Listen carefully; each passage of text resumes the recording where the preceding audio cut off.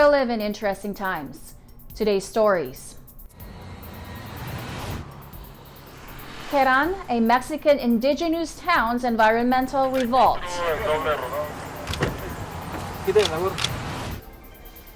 Argentinian upper house debates economic emergency plan.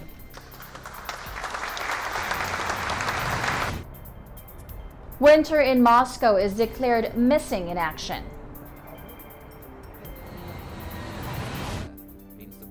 Horses are dying. Activists demand an end to Istanbul Island rides. Landers, a fatal respiratory disease in 2007. A top Pentagon general says the U.S. maintains high levels of readiness regarding North Korea. Without having met the North Koreans or getting any deal. U.S. accuses Venezuela of bribes to rig opposition vote. President Trump signs the National Defense Authorization Act, creating the Space Force. Widow's tax is gone. After years of... Plus, sneakerhead Toronto steps it up. The Universal Break League, presented. This is Eagle News coming to you from Washington, D.C., bringing you stories from around the globe. I am Rose Papa Angeles.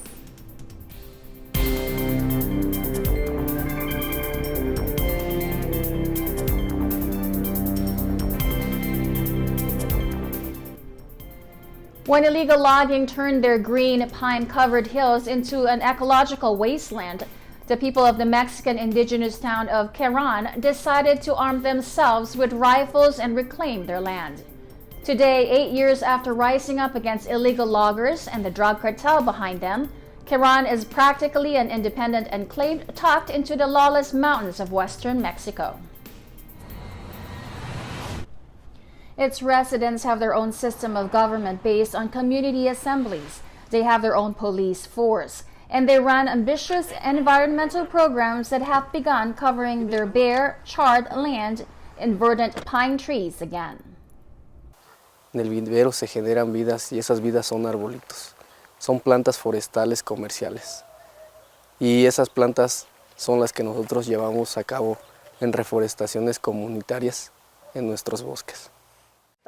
Ya no vas a ver los caminos que se veían antes, cómo se quemaba. Ahorita ves todo verde, el cerro nuevamente está ya todo reforestado. Se ha trabajado bastante en lo ambiental.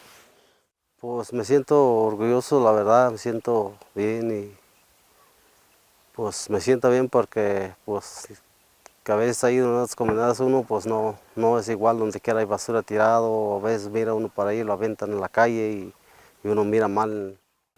Nos organizamos ya así como cada semana venimos a una reunión, se toca un tema, a veces se queda claro, a veces tenemos que tener 2 asambleas para quedarnos de acuerdo si se hace o no se hace. The area has been transformed since the days when hitmen from the Familia Michoacana cartel, armed with AK-47s, showed up, seeking to branch out into other illegal activities as the Mexican government waged an all-out war on drug trafficking. The gunmen lorded over an illegal logging operation that felled vast swaths of forests to sell the wood on the black market. The loggers then burned the remaining tree stumps, possibly to make way for avocado trees, a lucrative but environmentally taxing crop caught up in bloody turf wars between rival drug cartels in Michoacan, the violence-plagued state where Queran is located. Armed residents blocked the roads into the Purupecha indigenous town, set up checkpoints, and lit bonfires to stand guard overnight at every intersection. The rebellion led to a series of shootouts between townspeople and cartel gunmen. 2 residents were killed in the clashes. According to indigenous authorities, since then, another 6 have been murdered, allegedly by illegal loggers seeking to reclaim the land. But Queran has managed to wrest back control. Residents now patrol the forest armed with 7.62 caliber rifles. They have set up a great council modeled on their ancestors' system of government. And communal companies now protect the environment and run one of Mexico's most advanced recycling programs. The community has reforested more than half the 12,000 hectares or 30,000 acres of pine trees that were lost, reclaiming an area the size of more than 17 Central Parks. New Argentina President Alberto Fernandez's economic reform plan passed the lower house of parliament on Friday after it voted to declare an economic emergency in the South American country. The bill will now face a vote in the Senate, which, like the Chamber of Deputies, is dominated by Fernandez's ruling coalition. El país está detenido. Estamos en una situación realmente grave. Por eso es la emergencia. La emergencia es el modo, la acción que tenemos para salir rápidamente de este problema. En realidad, esta ley es simplemente para poner a la Argentina en movimiento y que no siga detenida hasta hoy. La Argentina está parada. No vamos a acompañar esta ley. No estamos satisfechos ni con la ley, ni con las formas, ni con el modo en que estamos tratando de empezar a resolver una situación que reconocemos. Creemos que hay otro camino. Estamos convencidos que hay otro camino. Establecer que frente a esta emergencia y a este congelamiento tarifario vamos a recuperar el poder adquisitivo de salarios y el poder adquisitivo de los saberes de jubilados y de jubiladas. Porque lo que no destinen a pagar a tarifas seguramente será destinado a mejorar la calidad de vida. Eduardo Buca, a lawmaker from the ruling coalition, said, quote, 6 out of every 10 Argentine children live in poverty. We can't lose any more time. Poverty is near 40% in Argentina, which is in recession and has suffered 18 months of economic crisis sparked by a currency crash. Its economy is expected to shrink by 3.1% in 2019. Inflation is hovering around 55%. External debt is about 90% of GDP, and unemployment is rising to 10.5%. Fernandez's plan involves tax hikes on foreign currency purchases, agricultural exports, and car sales that have proved highly unpopular in some quarters, leading hundreds of people to protest outside Congress on Wednesday. Mario Negri, an opposition lawmaker, said, quote, concentrating so much power in the government is the wrong path, and there's no justification for this emergency. In announcing the reform plan earlier in the week, Economy Minister Martin Guzman said the measures seek to protect sectors that are highly vulnerable. The measures included a 6-month freeze on public utility prices and 10,000 peso or $160 bonus for pensioners. The law was passed with 134 votes for and 110 against.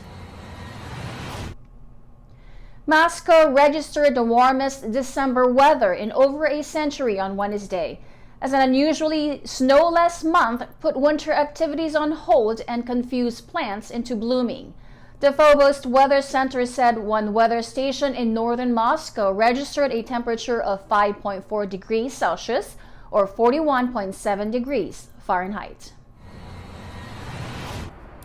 It said, quote, this is a new record of maximum air temperature for 18 December, surpassing a previous record of 5.3 degrees set in 1886. The Russian capital, normally covered with a blanket of snow by mid-December, thus far has had a snowless and cloudy winter, and the Russian Weather Service warned Wednesday that it may get even warmer. A botanical garden in Moscow this week announced that its snowdrop flowers, which normally indicate the first signs of spring, were blooming because they confused winter and spring. Добрый день. Мы находимся в аптекарском огороде, и у нас расцвели весенние цветы, например, подснежники, крокусы, цветут морозники и даже некоторые кустарники, такие как дафна, рододендрон и форзиция. Все это случилось благодаря долгому периоду теплой погоды в декабре, и такие случаи отмечаются 1-2 раза в 10 лет. Поэтому можно сказать, что явление редкое, но уже бывавшее. Отличие этого года в том, что огромное количество видов расцвело одновременно. Таких случаев я не припомню. In Sokolniki Park, popular with skiers and figure skaters in the winter, even the skiing track, usually artificial snow, closed due to weather conditions. One resident of Siberian city of Omsk even posted a jokey online snow for sale item offering a natural snow for $1,000 per cubic meter or $16. The notice on the Avito.ru popular market said, quote, Moscow residents can use a 7% discount when ordering more than 15 cubes. Ну, мне больше нравится такая погода. Европейская зима. Нормально, когда все цветет. Ну, то есть, когда весна возвращается в декабре, по-моему, настроение улучшается от этого. Несмотря на то, что он должен быть новогодним и рождественским. Ну, мне нравится. Может, кому-то и нет. Мы оснежили все склоны, еще в ноябре. Запустили комплекс, а после этого начались теплые волны. С Европы, с запада приходят теплые волны, влажные, и они топят этот снег, не принося. It's one of the classic excursions in Istanbul, a boat journey to one of the car-free Princess Islands, followed by a ride in a horse-drawn carriage. But the carriage rides have become increasingly controversial in recent years as activists sound the alarm over the welfare of the horses. The disease is still present, so the animals remain under quarantine, and there is therefore a lack of horses. This shortage means you can't make money from your work. For example, if you need 6 horses for your carriage, you then make it work with 4 or 5 horses instead. The animals therefore have to work a lot harder and get more tired. There are diseases that haven't been treated. We see horses that die from malnutrition, from a lack of care, from a lack of treatment, because of poor living conditions. We don't want it to be banned, not only for us, but also for all the animals. If the carriages are gone, where will they go? Who will look after all these horses? There are more than 2,000 horses here. Who will take care of them? They will all end up as sausages. Let's not completely get rid of the system. Let's keep a certain number of horse-drawn carriages, just for tourists and for nostalgic purposes. They should be used in a better way, with real care. They shouldn't take such long trips, and it should be more for symbolic reasons. Up next, a top Pentagon general says the U.S. maintains high levels of readiness regarding North Korea. U.S. accuses Venezuela of bribes to rig opposition vote. President Trump signs the National Defense Authorization Act, creating the Space Force. Plus, sneakerhead Toronto steps it up. Eagle News will be right back. Stay with us.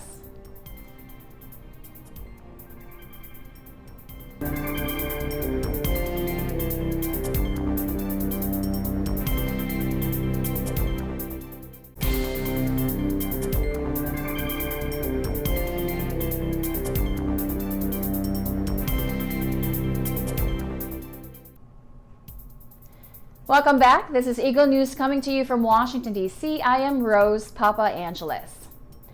The Pentagon's top general said Friday the U.S. military is ready for anything from North Korea in the face of Pyongyang's ominous promise of a gift if Washington does not act to ease tensions. Korea is one of those places in the world where we've always maintained very high levels of readiness. And today we have very high levels of readiness. And the motto for the U.S. forces in Korea is fight tonight. We stay shoulder to shoulder with our Republic of Korea counterparts militarily. And there's a close bond also with the military of Japan. So the tripartite alliance, if you will, between Japan, the United States, and the Republic of Korea is rock solid.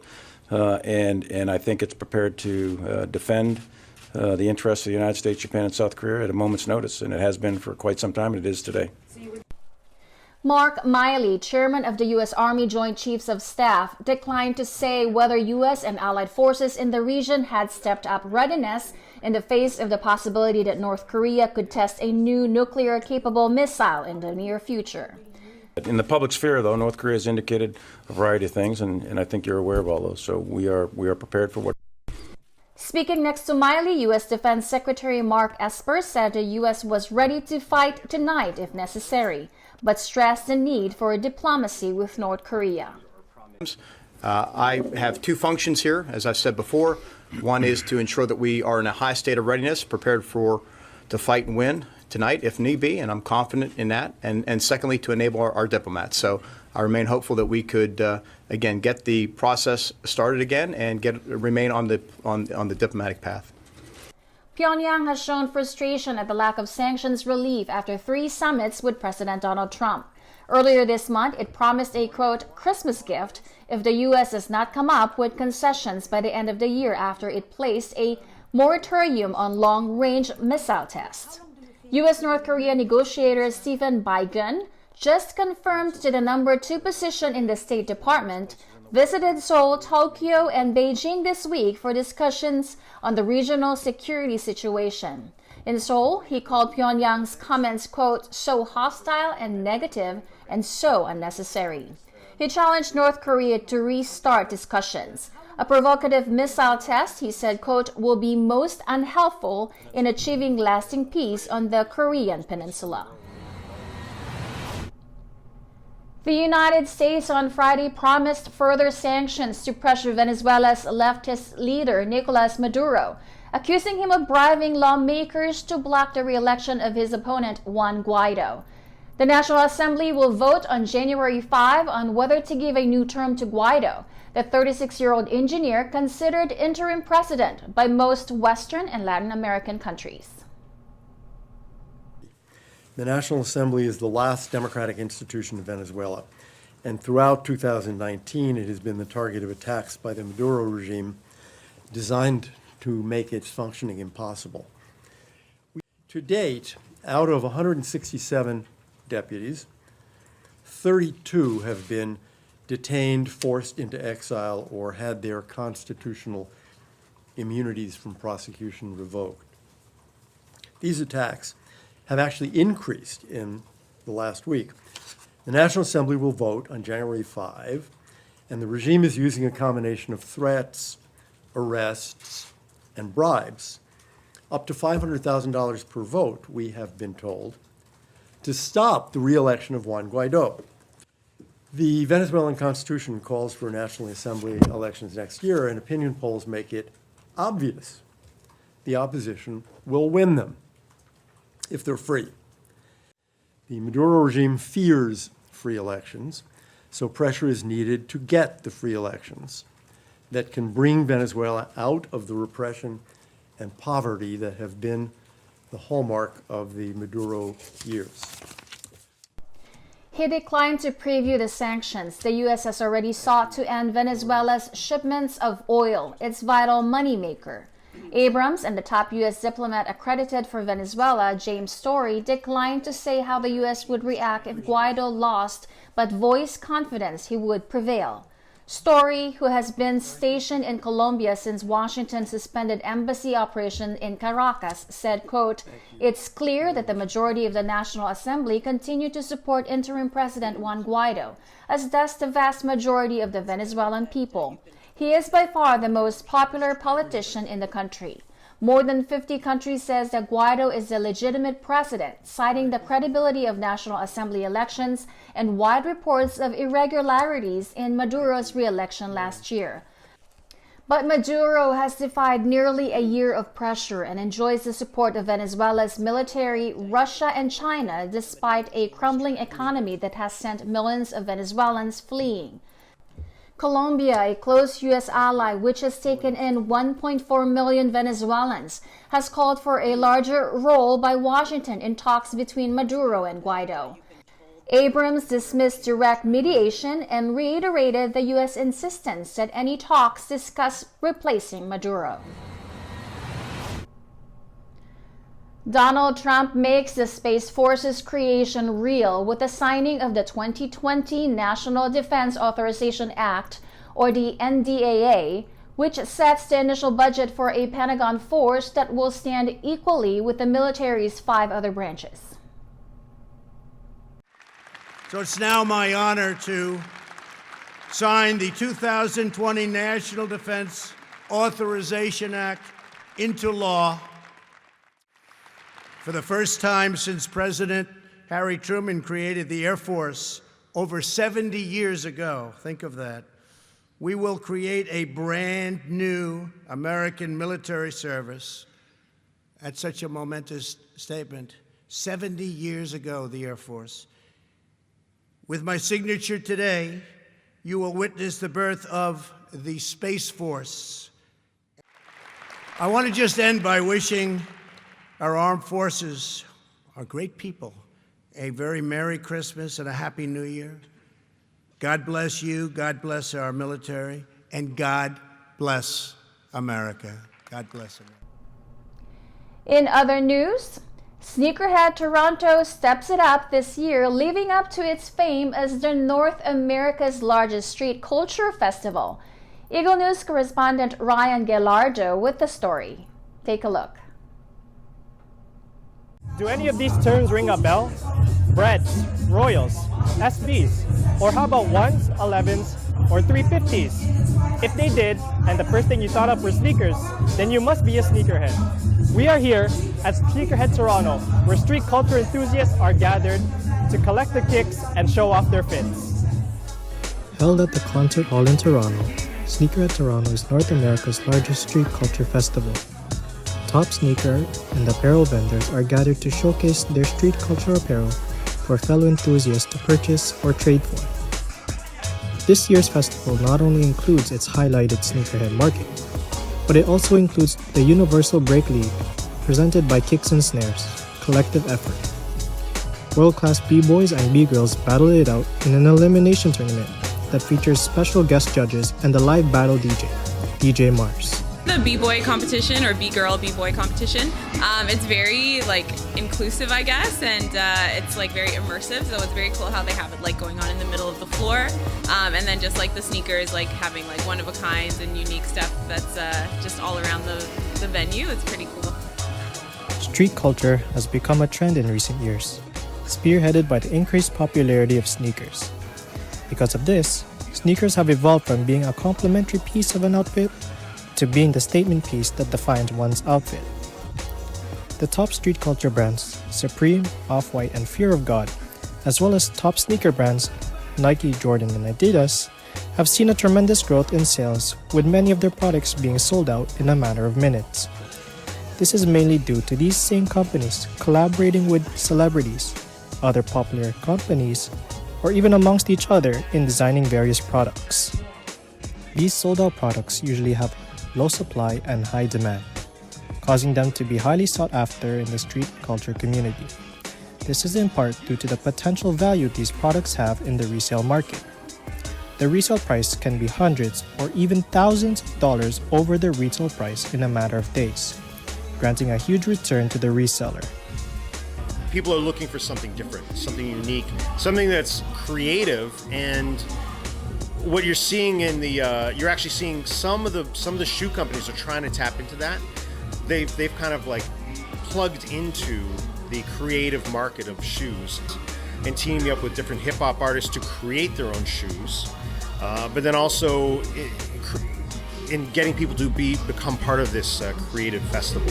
So essentially, I think the street culture, street fashion, streetwear, the associated music, the associated sort of elements of it, whether it's breaking, hip hop, all these things are going to come together and going to just get even bigger over the next couple of years for sure. Street culture and sneakers is popular among the younger demographics aged 15 to 25. This has become a way for them to demonstrate their style and show their personality, ranging from timeless classics to futuristic tech and everything in between. There is something that will pique one's interest. Whether you have a casual or avid admiration for sneakers, there's a sneakerhead in all of us. We don't just choose any sneaker that's available to us. We choose sneakers based on its aesthetics and see if it matches what we wear. And that alone has us thinking like a sneakerhead. In Toronto, Ryan Gallardo, Eagle News, I am 1 with 25. That is today's Eagle News. Join us again tomorrow for stories that matter to you. Visit our websites at eaglenews.net and eaglenewslive.com. Follow us on Twitter at twitter.com/eaglenews and on Facebook at facebook.com/eaglenews. Thank you for watching. I am Rose Papa Angeles, and always 1 with 25.